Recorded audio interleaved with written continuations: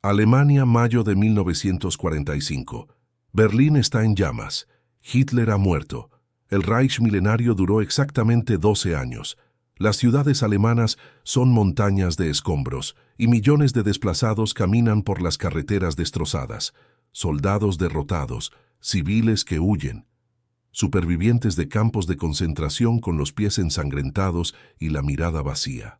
En medio de este caos absoluto, una pregunta silenciosa resuena entre cientos de miles de personas.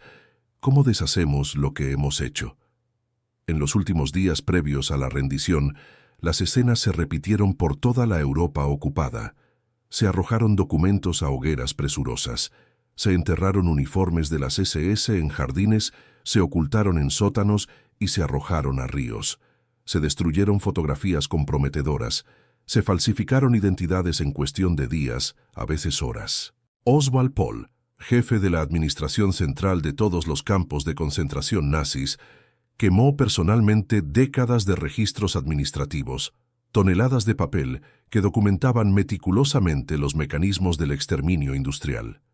En los campos de concentración de toda Europa, los comandantes y guardias simplemente desaparecieron incluso antes de la llegada de los aliados. Pero no fueron solo los líderes los que huyeron. Entre los fugitivos había cientos de mujeres que servían como guardias en los campos. Las llamadas supervisor se estima que entre 3.500 y 5.000 mujeres desempeñaron esta función durante la guerra. Sabían exactamente lo que les esperaba si las capturaban. Habían visto las pilas de cadáveres. Habían participado en las selecciones. Habían golpeado, torturado y asesinado. No había excusa posible, y lo sabían. Algunos huyeron a otros países. Otros se escondieron en ciudades destruidas donde nadie les hacía preguntas. Pero la mayoría hizo algo mucho más sencillo, pero inquietante: regresar a casa. Les contó a sus vecinos que había trabajado en fábricas durante la guerra. Encontró marido, tuvo hijos, y empezó su vida de cero como si nada hubiera pasado. ¿Cómo fue esto posible? La respuesta reside en la combinación letal de dos factores: el caos administrativo de 1945 y un prejuicio cultural profundamente arraigado. Alemania estaba dividida en 4 zonas de ocupación: estadounidense, británica, francesa y soviética, cada una con sus propias prioridades, métodos y archivos incompletos. La comunicación entre los aliados estaba fragmentada. Los registros nazis fueron destruidos o dispersados. Y había un problema aún más fundamental. Nadie esperaba encontrar tantas mujeres involucradas en los crímenes. La imaginación popular de la época asociaba los horrores del nazismo casi exclusivamente con los hombres. Las mujeres eran vistas como víctimas, como esposas y madres sufrientes, no como perpetradoras. Esta percepción errónea actuó como un escudo invisible que protegió a cientos de exguardias del escrutinio inicial de los investigadores aliados. En los primeros años de la posguerra, las prioridades eran claras: arrestar a los líderes políticos, a los generales, a los artífices del Holocausto. Las guardias eran consideradas piezas menores del sistema. Un error histórico que resultaría costoso para la justicia. En la zona soviética, los juicios fueron rápidos y severos. Muchos exguardias fueron enviados a campos de trabajo en Siberia. Algunos nunca regresaron. En las zonas occidentales, el proceso fue más burocrático y lento, lo que les dio un tiempo precioso a los fugitivos para adquirir nuevas identidades y desaparecer entre la multitud de refugiados que circulaban por la devastada Europa. El programa de desnazificación prometía depurar la sociedad alemana. En la práctica, se convirtió en un gigantesco juego del escondite que duraría décadas. Familias enteras se vieron sumidas en una conspiración de silencio. No se hicieron preguntas. No se investigó el pasado. Una generación entera creció sin saber quiénes eran realmente sus padres. Era más fácil creer que la guerra la habían librado otros, monstruos, personas fundamentalmente distintas a ellos. Pero la verdad era mucho más inquietante. Los monstruos eran personas comunes y corrientes que habían tomado decisiones terribles, y ahora estaban sentados a la mesa, ayudando a los niños con sus tareas y horneando pastel de manzana para los vecinos. En los hogares alemanes de hoy, hay fotografías en las paredes de abuelas sonrientes con sus nietos en sus regazos. Algunas de estas abuelas participaron en el mayor crimen de la historia de la humanidad. Esta es la inquietante realidad de la memoria humana, y por eso es necesario seguir contándolas. Si esta introducción te identificó, dale a me gusta, suscríbete al canal y activa las notificaciones. En las siguientes secciones, profundizaremos en cómo desaparecieron estos fugitivos y qué sucedió cuando el pasado los alcanzó. São Paulo, Brasil, marzo de 1951. En el puerto de Santos, un hombre de mediana edad presenta sus documentos a los funcionarios de inmigración con mano firme y mirada serena. Pasaporte sirio válido. Carta de recomendación de una empresa de Damasco. Dinero suficiente para mantenerse. Habla alemán con fluidez, árabe básico y algunas palabras de portugués aprendidas durante la travesía del Atlántico. Su nombre, según los documentos, es Paul Stangl. Nació en Austria en 1908. Viudo. Mecánico experto. Perdió a su esposa durante los bombardeos aliados. Trabajó en Siria durante 2 años. Ahora busca una nueva vida en Brasil. Los funcionarios sellan el pasaporte sin cuestionarlo. Paul Stangl está oficialmente en Brasil. Lo que no saben es que acaban de presenciar el nacimiento de una de las identidades falsas más elaboradas de la historia. Franz Stangl, comandante del campo de exterminio de Treblinka, responsable de la muerte de aproximadamente 900 personas, había fallecido oficialmente en Austria en 1946. Paul Stangl, un mecánico austrosirio, había nacido en Roma en 1948. La transformación requirió 3 años de meticulosa planificación. La construcción de identidades falsas no fue una improvisación desesperada. Fue una ciencia precisa, desarrollada por los servicios de inteligencia alemanes durante la guerra y posteriormente adaptada para su uso por fugitivos nazis. El proceso seguía reglas específicas, cada una calculada para crear una biografía irrefutable. La primera regla era no inventar nunca una identidad completamente ficticia. Era demasiado peligroso crear un nombre sin fundamento real, uno que pudiera refutar fácilmente una simple comprobación. En cambio, los fugitivos tomaban prestadas identidades de personas reales que habían muerto o desaparecido durante la guerra. Soldados muertos sin familia, refugiados desaparecidos, prisioneros de guerra nunca repatriados. Todos proporcionaban identidades disponibles. La segunda regla era construir una biografía que explicara las lagunas documentales. La Segunda Guerra Mundial había creado un caos administrativo masivo. Millones de personas perdieron documentos en bombardeos, evacuaciones forzadas y ocupaciones militares. Cualquier historia plausible sobre documentos destruidos se aceptaba sin mayores cuestionamientos. La tercera regla era establecer una narrativa coherente que pudiera sostenerse indefinidamente.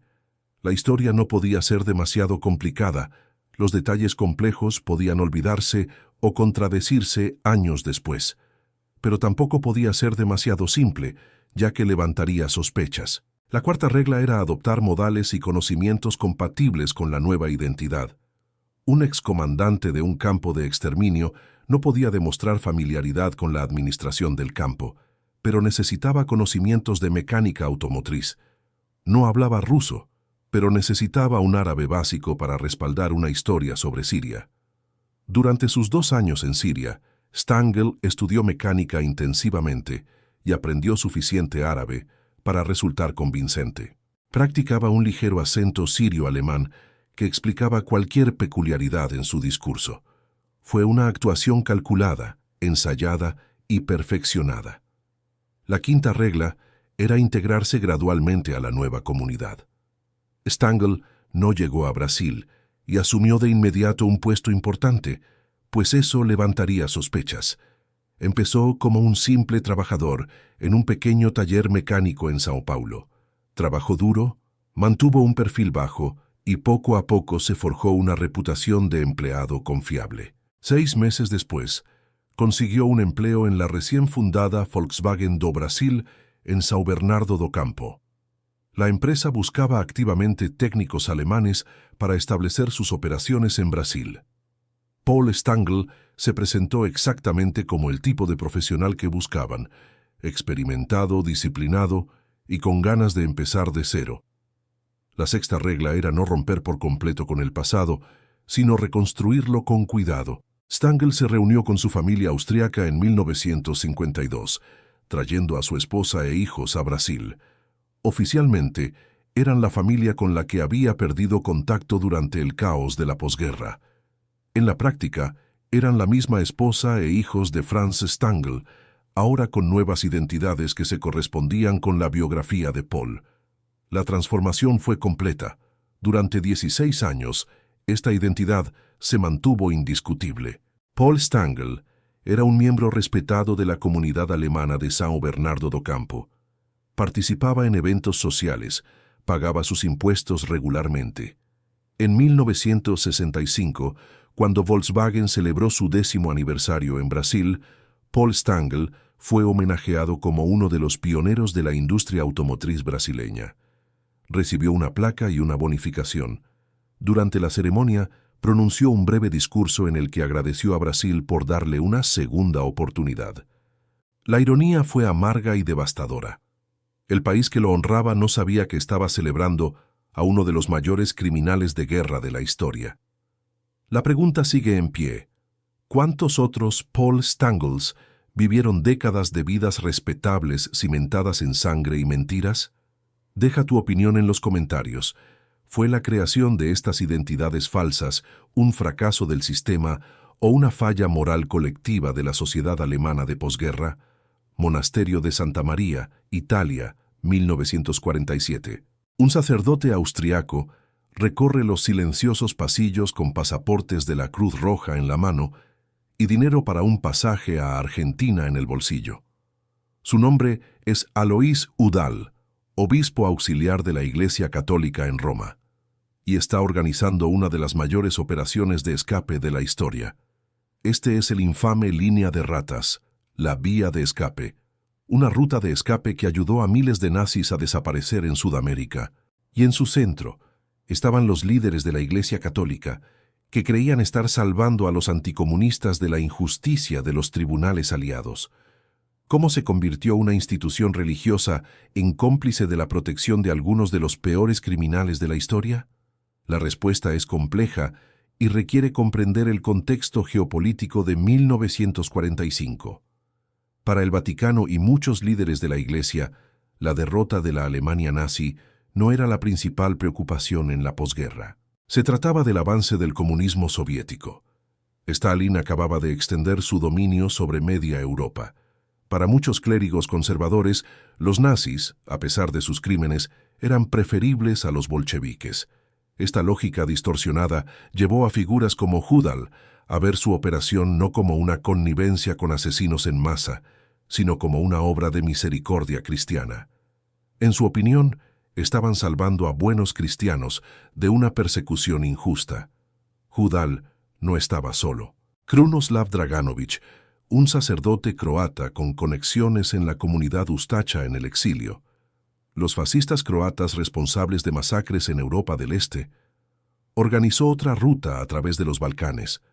Juntos, ayudaron a eliminar a algunos de los criminales de guerra más buscados del mundo.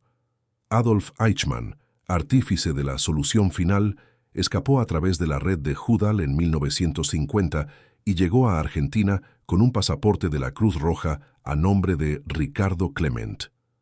Joseph Mengele, el ángel de la muerte de Auschwitz, utilizó la misma ruta.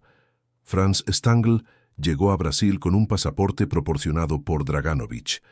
Klaus Barbie, el carnicero de Lyon, fue protegido por los servicios de inteligencia estadounidenses y posteriormente enviado a Bolivia.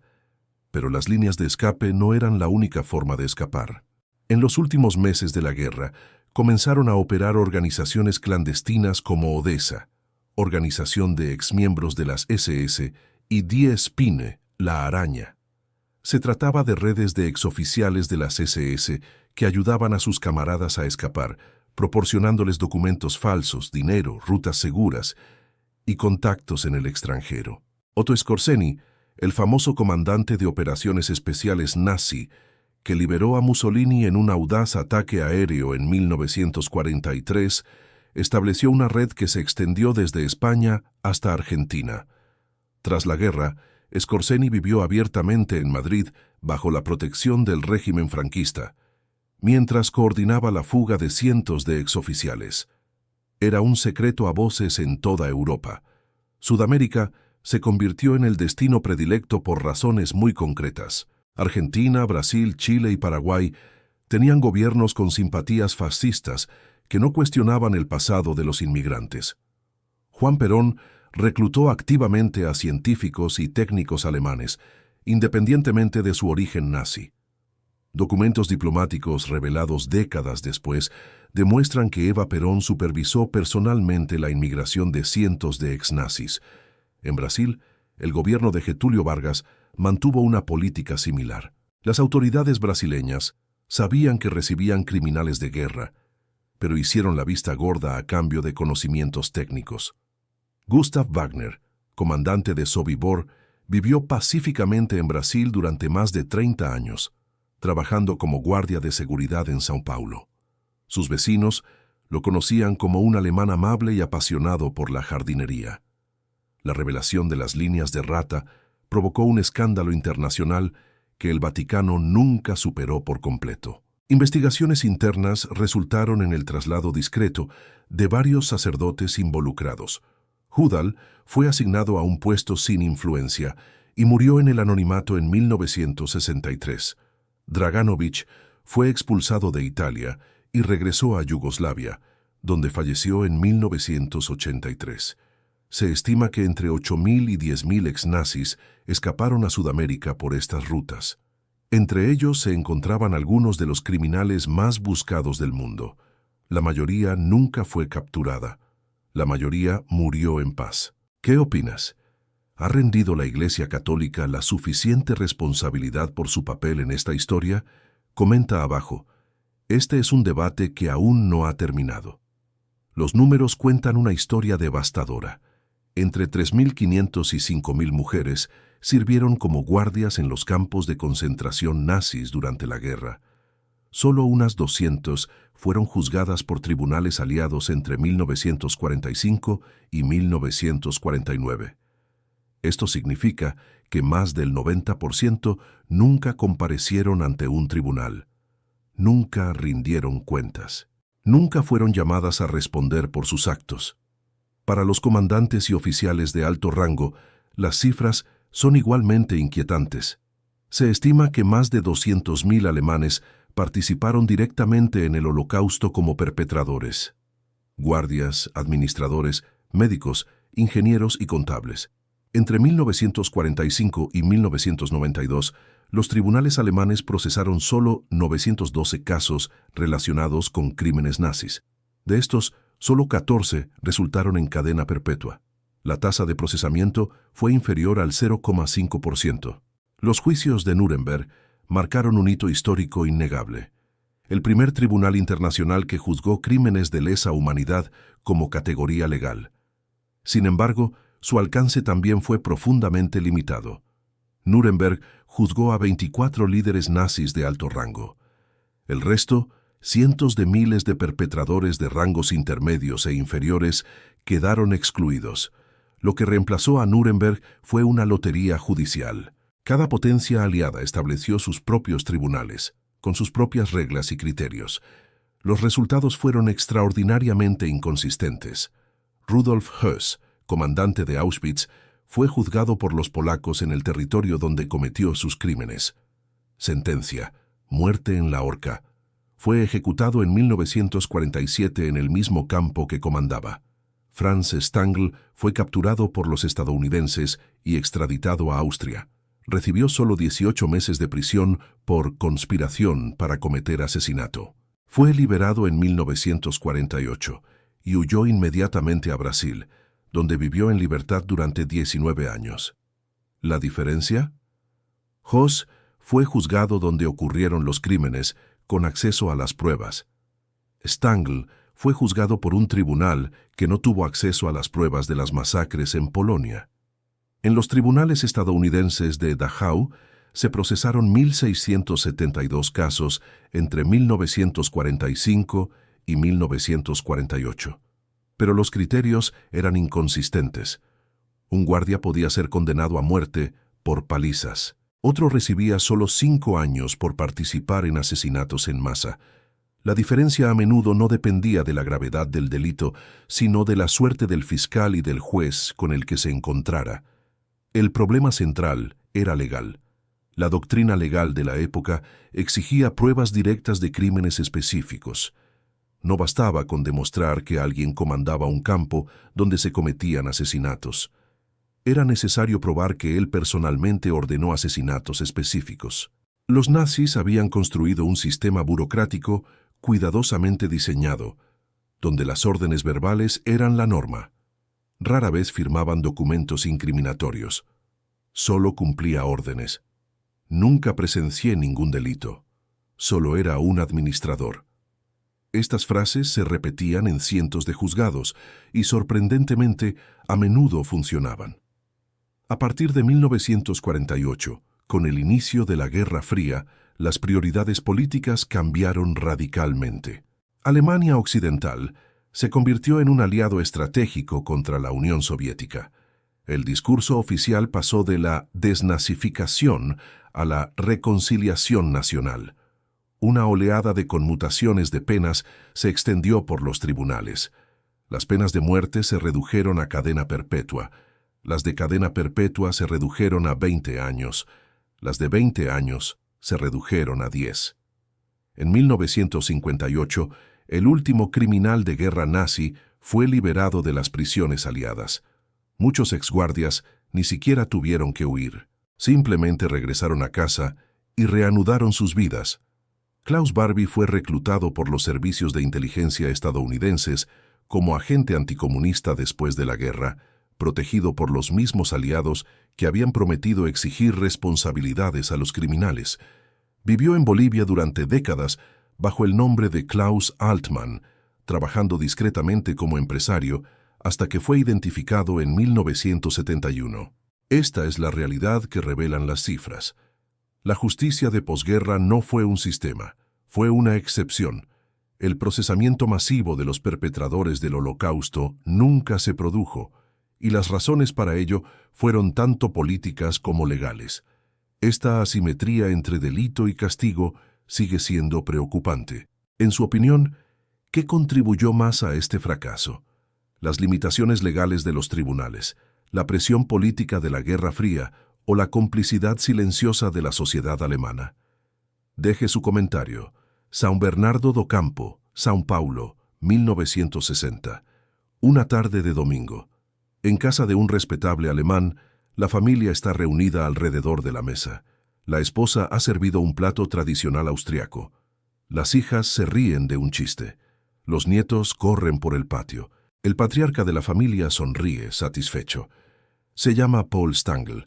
Trabaja en Volkswagen, es muy querido por sus compañeros y ayuda a sus vecinos cuando lo necesitan. Es el tipo de hombre que la gente describe como un alemán ejemplar que se ha integrado a la perfección. Pero por la noche, cuando la casa queda en silencio, Franz Stangl sigue existiendo.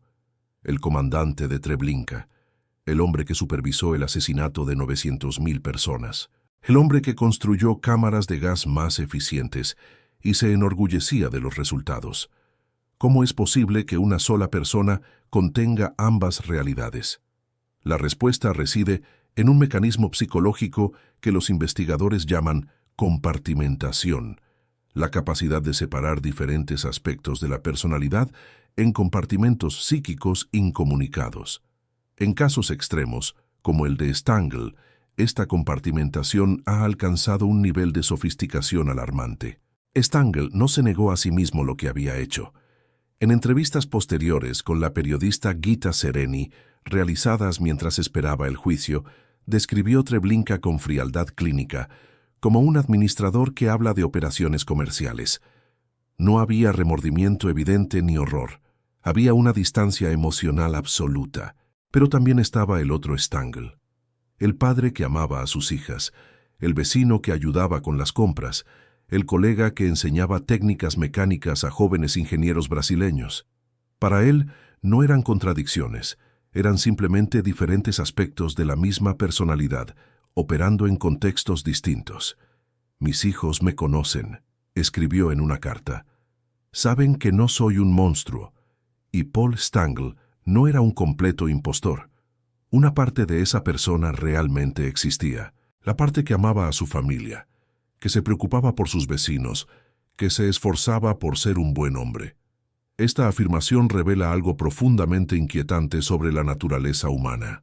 La capacidad de amar y de exterminar puede coexistir en una misma persona, no como una contradicción patológica, sino como compartimentos funcionales de una psique que ha aprendido a no mirarse entre sí. Rudolf Höss, comandante de Auschwitz, construyó una cómoda casa junto al campo donde vivió su familia durante la guerra. Su esposa cultivaba flores en el jardín. Los niños jugaban en el patio. A pocos metros, los crematorios funcionaban las 24 horas. En su testimonio de posguerra, Höss describió esta coexistencia sin aparente conflicto interno. El campo era el trabajo, la familia era el hogar. Eran mundos separados. Christian Wirth, apodado Cristiano Salvaje por sus colegas por inventar métodos para acelerar el exterminio, tocaba el violín en su tiempo libre y enviaba cartas cariñosas a su madre. La misma mente que optimizó la muerte industrial encontró consuelo en la música. Lo que estos casos revelan no es la rareza de los monstruos psicópatas, sino algo mucho más inquietante, la normalidad de los perpetradores. Estudios psicológicos posteriores, incluyendo el famoso trabajo de Hannah Arendt sobre la banalidad del mal durante el juicio a Eichmann, han demostrado que los perpetradores del Holocausto no eran, en su mayoría, sádicos ni psicópatas clínicamente identificables. Eran personas comunes que, sometidas a un sistema que normalizaba el crimen, encontraron mecanismos para llevar a cabo actos extraordinariamente crueles sin percibirse como monstruos. En las últimas semanas antes de su muerte en prisión, tras su condena en Düsseldorf, Franz Stangl comenzó a mostrar síntomas de colapso mental. Empezó a tener pesadillas con los rostros de sus víctimas. Sufría ataques de ansiedad cada vez que oía pasar trenes cerca de la prisión.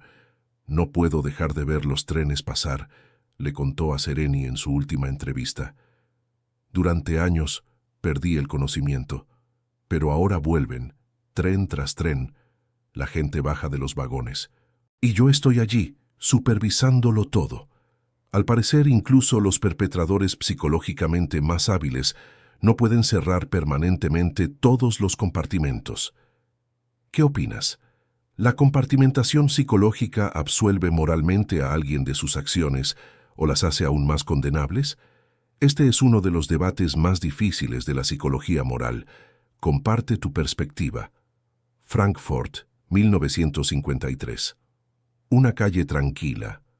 Los vecinos murmuran sobre la mujer del apartamento 3, viuda, discreta, nunca habla de la guerra.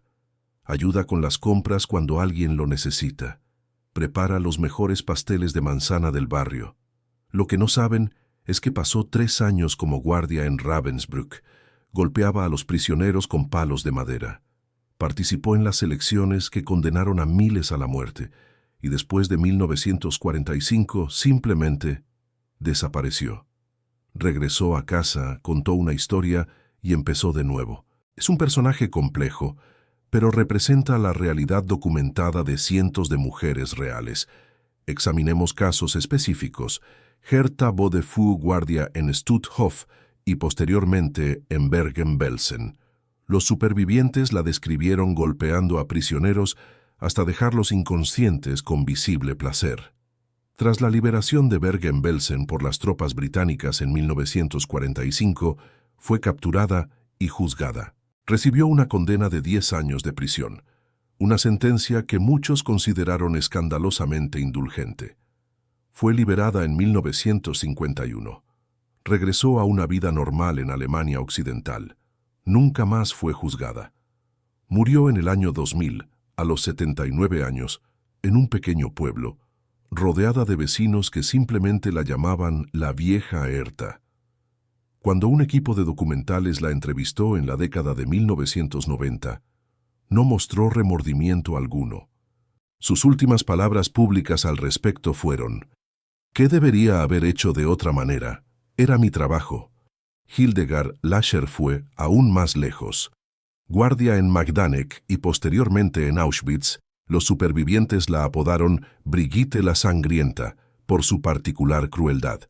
Elegía a sus víctimas con una sonrisa, como si disfrutara del poder de decidir quién vivía y quién moría ese día. Capturada en 1945, fue juzgada por los polacos y condenada a 15 años de prisión. En 1956 fue liberada discretamente. El motivo solo se supo décadas después. Lachert había sido reclutada como agente doble durante la Guerra Fría. La CIA y el Servicio Secreto Alemán, BND, la liberaron a cambio de información sobre redes de antiguos nazis y comunistas en Europa del Este. Durante la década de 1960, vivió una extraordinaria doble vida: secretaria de día, informante de día y agente de noche. En 1975, fue finalmente arrestada de nuevo y condenada a cadena perpetua por un tribunal alemán. Esta vez, sin libertad anticipada. Johanna Bormann fue una de las pocas que pagó con su vida. Guardia de Auschwitz y Bergen-Belsen, era conocida por usar un pastor alemán adiestrado para atacar a prisioneras. Los británicos la capturaron en 1945, la juzgaron y la ejecutaron en diciembre de ese mismo año. Tenía 52 años. No mostró ningún remordimiento en el cadalso. Estos casos ilustran el amplísimo espectro de consecuencias que enfrentaron perpetradores idénticos, simplemente por el lugar y el momento de su captura. Johanna Bormann murió en la horca. Herta Bote murió en la cama. Hildegard Lechert trabajó décadas como agente de inteligencia. Las diferencias entre sus destinos no reflejan diferencias en la gravedad de sus crímenes, sino la arbitrariedad de un sistema de justicia de posguerra profundamente defectuoso. Y por cada una de estas mujeres juzgadas, hay cientos que nunca fueron encontradas, que formaron familias, que tuvieron nietos, que murieron rodeadas de personas que nunca supieron la verdad. Casos como los de Herta Bote y Hildegard Lachert revelan algo que aún hoy es difícil de procesar. El mal no tiene una apariencia específica, tiene el rostro de un vecino que ayuda con la compra. En su opinión, ¿ha hecho la sociedad lo suficiente para honrar la memoria de las víctimas? Comente. Bonn, Alemania Occidental, 1950. Un hombre entra en un edificio gubernamental, saluda a sus colegas con una sonrisa, se sienta en un escritorio y comienza a revisar documentos legales. Su nombre no importa por ahora.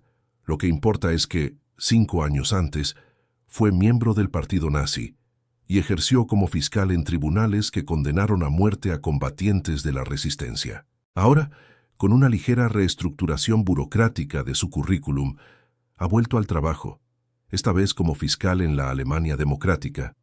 No fue un caso aislado. Documentos desclasificados revelaron décadas después un hecho que aún hoy resulta difícil de digerir. Más del 60% de los fiscales de Alemania Occidental en la década de 1950 eran exmiembros del partido nazi.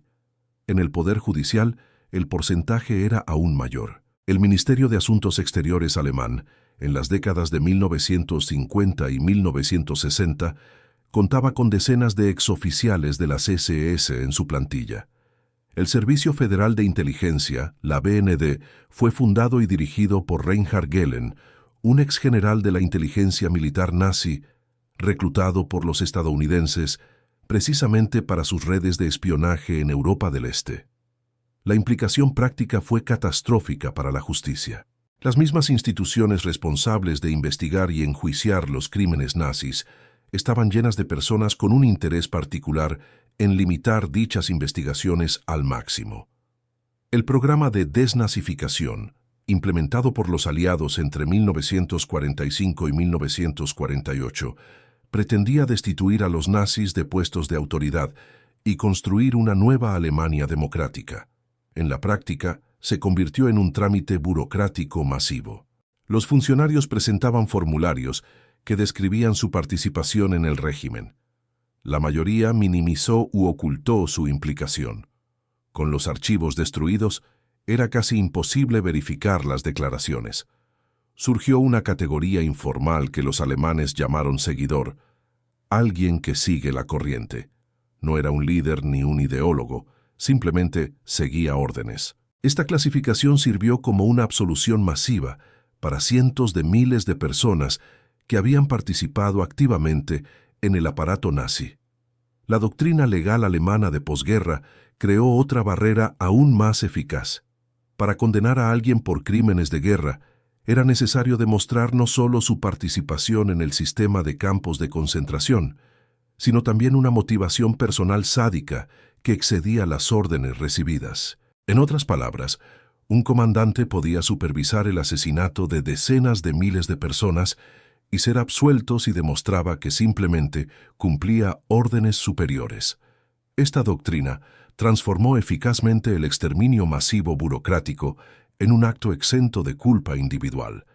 Entre 1945 y 1992, los tribunales alemanes procesaron solo 912 casos relacionados con crímenes nazis, de un universo estimado de cientos de miles de perpetradores. El punto de inflexión comenzó a producirse a finales de la década de 1950 y principios de la de 1960. La generación que no había vivido la guerra creció y empezó a hacer preguntas incómodas sobre lo que habían hecho sus padres entre 1933 y 1945. Y se encontraron con muros de silencio. No sabíamos nada, era la respuesta habitual. Pero ¿cómo podía una nación de 80 millones de personas ignorar la construcción de campos de concentración en su propio territorio? El juicio de Adolf Eichmann en Jerusalén en 1961, retransmitido en directo a todo el mundo, hizo imposible mantener la ficción de la ignorancia colectiva. Por primera vez, el ciudadano alemán medio escuchó descripciones detalladas de cómo funcionaban las cámaras de gas, las selecciones y los experimentos médicos. Muchos afirmaron estar genuinamente conmocionados. Otros admitieron que sospechaban, pero preferían no saber. Esta revelación gradual creó una profunda división generacional en la sociedad alemana. En 1968 estallaron revueltas estudiantiles en las universidades alemanas. Una de las principales reivindicaciones era enfrentar el pasado nazi. Los estudiantes acusaban a sus profesores de ser exnazis impenitentes y en muchos casos tenían razón. Esta presión social cambió gradualmente la actitud oficial. Nuevas leyes facilitaron el procesamiento de criminales de guerra. Se abolió la prescripción de los crímenes de lesa humanidad. Surgió una nueva doctrina legal. Ya no era necesario probar delitos específicos. Bastaba con demostrar la participación consciente en el sistema de exterminio. Este cambio reabrió cientos de casos sin resolver, pero para muchos perpetradores ya era demasiado tarde, en el sentido más cínico. Habían vivido décadas de libertad, y solo ahora, en su vejez, descubrieron que el sistema se había vuelto en su contra. El Estado, que debería haber castigado a los culpables, estuvo durante años ocupado por los propios culpables. ¿Qué nos dice esto sobre la responsabilidad colectiva de las instituciones? Comparta su perspectiva. Linz, Austria, 15 de marzo de 1964. Simon Wiesenthal abre con cuidado un sobre que llegó por correo. El remitente es un sobreviviente de Treblinka que ahora reside en Sao Paulo, Brasil. Dentro del sobre hay una carta manuscrita en alemán y una fotografía recortada de un periódico brasileño. La carta es breve pero explosiva. Señor Wiesenthal, creo haber encontrado a Franz Stangl. Trabaja en una fábrica de automóviles en Sao Paulo y usa el nombre de Paul Stangl. Para Wiesenthal, esta era exactamente la pista que había estado esperando durante casi 20 años. Wiesenthal no era un agente del gobierno. Carecía de los recursos de un servicio de inteligencia. No tenía poder para arrestar a nadie. Era un arquitecto vienés que había sobrevivido a 12 campos de concentración, Había perdido a 89 familiares en el Holocausto y tras la guerra decidió dedicar su vida a una sola misión: asegurar que los responsables de los crímenes nazis comparecieran ante la justicia. En Linz, donde abrió el Centro de Documentación Judía en 1947, Wiesenthal creó un archivo metódico. Entrevistó detalladamente a cada superviviente con el que habló. Se registró el nombre de cada perpetrador, se anotó cada descripción física y se documentó cada detalle de sus movimientos. Con el paso de las décadas, este archivo se convirtió en el repositorio de información más completo del mundo sobre criminales de guerra nazis. La fotografía enviada por el superviviente de Treblinka era de dudosa calidad. Un hombre de mediana edad con uniforme de Volkswagen, sonriendo durante una celebración de la empresa. Pero Wiesenthal la comparó con antiguas fotografías de Stangl que conservaba en su archivo. La estructura facial era similar. La altura parecía coincidir. No bastó con actuar, pero sí con investigar. Wiesenthal envió copias de la fotografía a otros supervivientes de Treblinka repartidos por todo el mundo. En cuestión de semanas recibió 3 confirmaciones independientes. Karl Volke, en Nueva York, escribió que era imposible no reconocerlo. Siempre vestía un uniforme impecable y botas lustradas. Stanisław Meissner, superviviente de la revuelta de Sobibor, confirmó la identificación. Tenía una forma particular de sonreír que le daba escalofríos. Era la misma sonrisa que aparecía en la fotografía. Tras confirmar múltiples identificaciones, Wiesenthal comenzó a investigar la vida de Paul Stangl en Brasil. Descubrió que había trabajado en Volkswagen durante más de una década. Era respetado en la comunidad alemana, tenía familia y vivía discretamente. Surgieron detalles irónicos. Paul Stangl era conocido por su generosidad con sus colegas brasileños y por su participación en actividades benéficas. Los vecinos lo describían como un alemán modelo que se integró perfectamente a la cultura brasileña. Wiesenthal se enfrentó a un dilema práctico. ¿Cómo convencer al gobierno brasileño de que investigara a un ciudadano aparentemente respetable basándose en el testimonio de supervivientes de campos de concentración? Brasil mantenía relaciones amistosas con Alemania y no tenía tradición de enjuiciar a criminales de guerra europeos. Decidió ejercer presión diplomática indirecta. Contactó al gobierno austriaco, que emitió una solicitud oficial de información sobre Paul Stangl. Simultáneamente, alertó a periodistas de investigación internacionales, quienes comenzaron a publicar artículos sobre exnazis que vivían libremente en Sudamérica. En enero de 1967, Wiesenthal presentó a las autoridades brasileñas un expediente exhaustivo, identificaciones de múltiples sobrevivientes, análisis comparativos de escritura, registros de movimientos que coincidían perfectamente con los de Franz y Paul Stangl, y pruebas de que Paul había mentido sobre detalles específicos de su biografía. En febrero de 1967, la Policía Federal brasileña arrestó a Paul Stangl en su domicilio de São Bernardo do Campo. Su familia estaba en shock. Los vecinos no lo podían creer. Sus compañeros de Volkswagen pensaron que se había cometido un terrible error. Durante el interrogatorio inicial, Stangl mantuvo su versión de los hechos. Afirmó haber sido víctima de un error de identidad. Dijo que nunca había estado en Treblinka, pero al ser confrontado con pruebas físicas y documentales, incluidas fotografías suyas en la rampa de selección de Treblinka, supervisando la llegada de un transporte de prisioneros, su versión empezó a desmoronarse. Fueron 2 décadas de trabajo incansable de un solo hombre, sin recursos gubernamentales, impulsado únicamente por la convicción de que la justicia no caduca. ¿Qué opina? ¿Debería el trabajo de cazadores de nazis como Wiesenthal haber sido responsabilidad de los gobiernos? ¿O acaso la inacción oficial hizo que esta labor individual fuera necesaria y noble? Comente. Düsseldorf, Alemania Occidental, 13 de mayo de 1970. Franz Stangl entra en la sala del tribunal por primera vez en suelo alemán desde su fuga en 1947. A sus 62 años, con el pelo completamente blanco, su postura aún erguida y militar. Viste un sencillo traje proporcionado por el sistema penitenciario.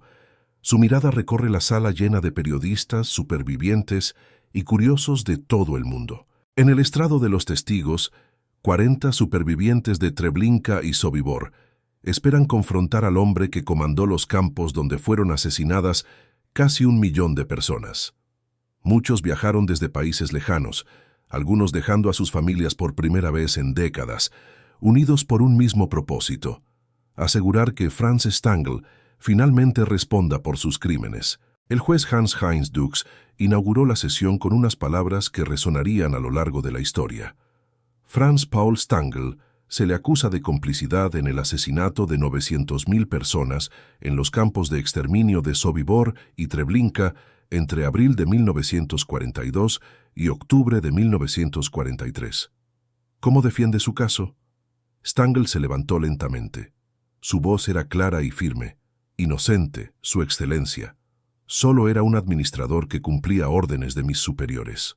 Esta respuesta, solo cumplía órdenes, sería su defensa constante durante los 13 meses de juicio. Stangl nunca negó haber estado en los campos. No podía hacerlo. Había fotografías, documentos y demasiados testigos, pero minimizó sistemáticamente su participación y negó su responsabilidad personal en los asesinatos. Su estrategia de defensa fue psicológicamente sofisticada. Admitió haber dirigido los campos, pero afirmó que su función era puramente administrativa. Aseguró que nunca había matado personalmente a nadie. Aseguró que si se negaba a obedecer las órdenes, sería ejecutado y reemplazado por alguien posiblemente peor. Fue una defensa que transformó al perpetrador en víctima de las circunstancias. El primer testimonio devastador provino de Samuel Reichsmann, un sobreviviente del levantamiento de Treblinka. Reichsmann había presenciado algunas de las peores atrocidades en el campo y conocía personalmente a Stangl. Su descripción fue meticulosa y aterradora.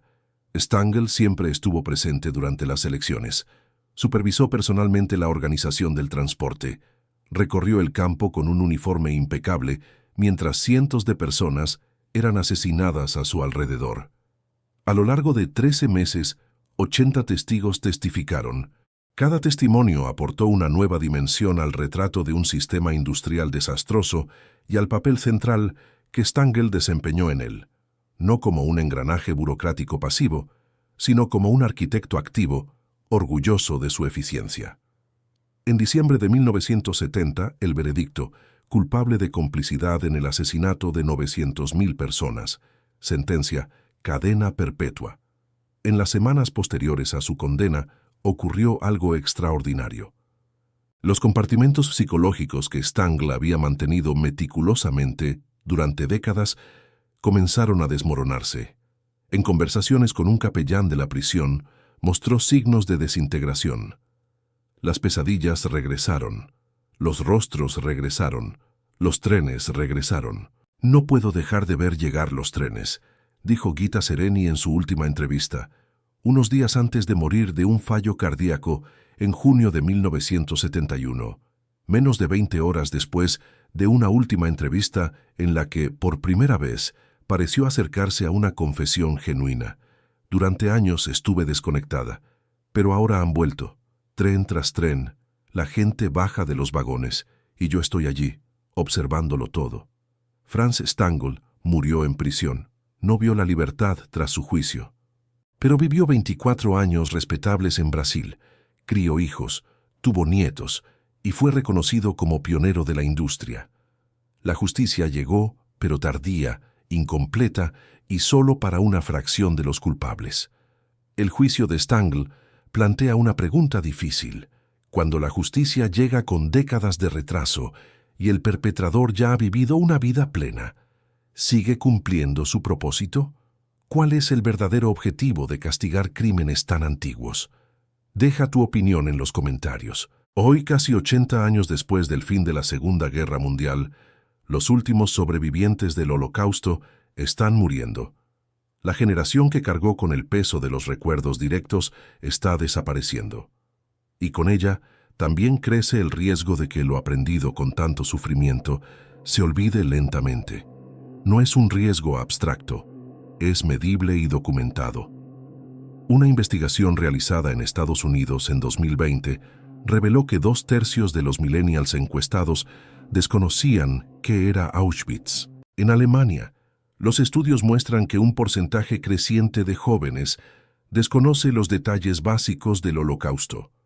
En toda Europa, los partidos que minimizan o niegan los crímenes nazis están logrando resultados electorales impensables hace 20 años.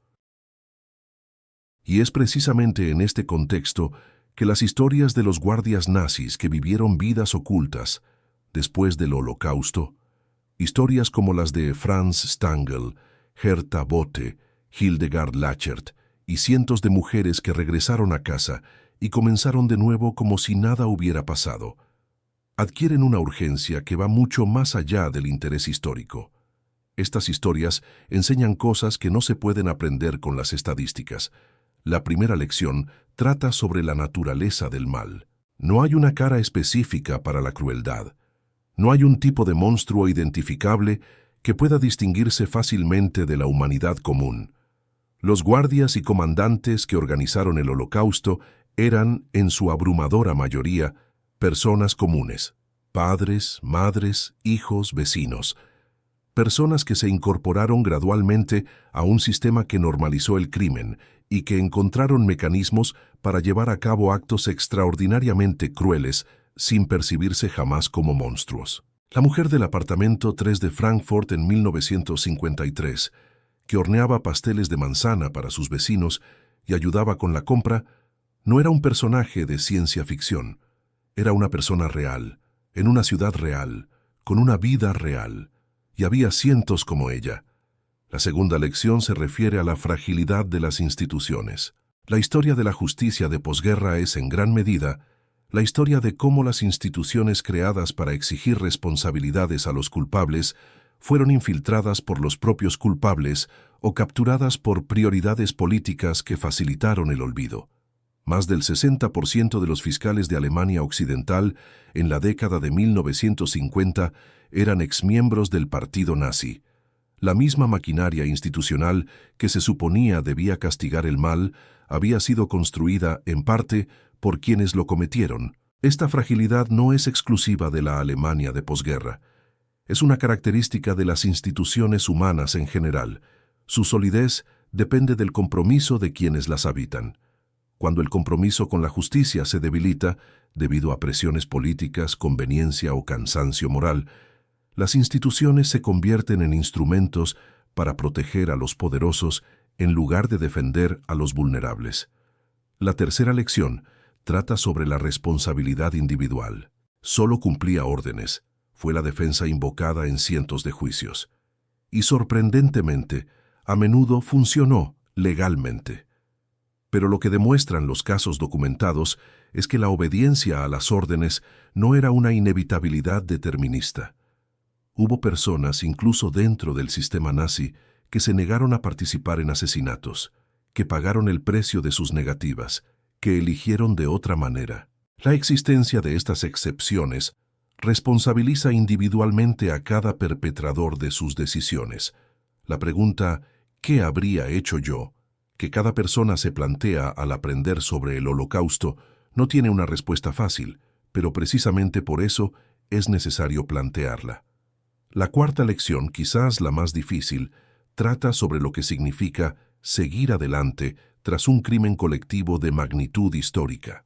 Para las víctimas y los sobrevivientes, seguir adelante significó conservar para siempre la certeza de que sus torturadores eran libres, criaban hijos, eran abuelos cariñosos y vivían vidas plenas. Muchos sobrevivientes reportaron pesadillas recurrentes en las que imaginaban a sus antiguos guardias en hogares confortables mientras ellos cargaban con cicatrices físicas y psicológicas permanentes. Para la sociedad alemana, avanzar ha significado décadas de lucha entre el impulso de olvidar y la obligación de recordar. Esta lucha aún no ha terminado, y es en ella donde quizás resida la lección más valiosa para cualquier sociedad que se enfrente a su propio y difícil pasado. La memoria no es un lujo sentimental, es un acto político, es la única herramienta que tenemos contra la repetición. En los hogares alemanes de hoy, hay fotografías en las paredes de abuelas sonrientes con sus nietos en sus regazos. Algunas de estas abuelas participaron en el mayor crimen de la historia de la humanidad. Esta es la inquietante realidad de la memoria humana, y por eso es necesario seguir contándolas, no para satisfacer una curiosidad morbosa sobre el pasado, sino para recordarnos nuestra propia capacidad de elegir entre el bien y el mal. La memoria es la única arma contra el olvido, y el olvido es el mejor aliado del mal. Si esta serie de temas te ha hecho reflexionar sobre la importancia de preservar la memoria histórica y resistir el extremismo en todas sus formas, compártela con alguien que necesite escucharla, porque historias como estas deben seguir contándose para que sus horrores nunca se repitan. Acabas de descubrir cómo cientos de exguardias nazis lograron reconstruir vidas completamente normales tras la caída del Reich. Conociste a Franz Stangl trabajando en Volkswagen en São Paulo. Conociste a Herta Boce como una madrastra cariñosa en un pequeño pueblo. Conociste a Hildegard Lachert como secretaria de día y agente doble de noche. Pero hay una historia que aún no hemos contado, y es en muchos sentidos la más inquietante de todas, porque no ocurrió en la lejana Sudamérica ni en el caos anónimo de la devastada Alemania, sino en un barrio residencial de Queens, Nueva York, en una calle estadounidense común y corriente, con vecinos estadounidenses, con una vida completamente estadounidense. Se llamaba Hermine Ryan. Para sus vecinos era simplemente la amable mujer que cocinaba para los eventos de la iglesia, ayudaba a los ancianos con sus compras y preparaba las mejores comidas. Strudel era dueña del manzano de la cuadra. Estaba casada con Russell Ryan, un electricista estadounidense muy trabajador. Participaba en bazares benéficos. Sonreía a los niños en la acera. Lo que nadie en Queens sabía, lo que su propio marido durante años se negó a creer, era que Hermine Ryan era, de hecho, Hermine Braunsteiner. En los campos de concentración de Majdanek, en la Polonia ocupada, la conocían por un apodo espeluznante, la yegua, un nombre que se ganó por el método específico que usaba para golpear y pisotear hasta la muerte a las prisioneras con sus botas altas. Hermine Braunsteiner no era una figura periférica en el sistema nazi, era una supervisora de alto nivel, directamente responsable de la selección que enviaba a mujeres y niños a las cámaras de gas. Los supervivientes describieron escenas que aún hoy resultan difíciles de procesar. Su elección de niños para la muerte con la misma indiferencia con la que se elige fruta en un mercado. Su baile sobre los cuerpos de las víctimas. Su sonrisa mientras supervisaba los peores momentos de la existencia humana.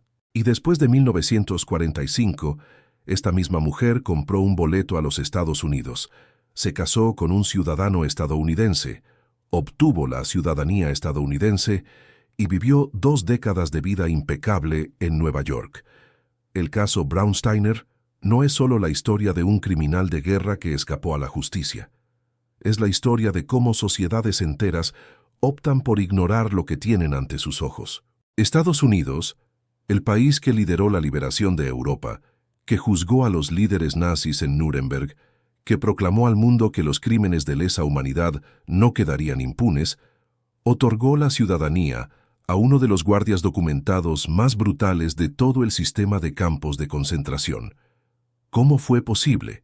Las verificaciones de antecedentes eran superficiales, los archivos se destruían o eran inaccesibles, y existía un sesgo fundamental que recorría todo el sistema de inmigración de la posguerra.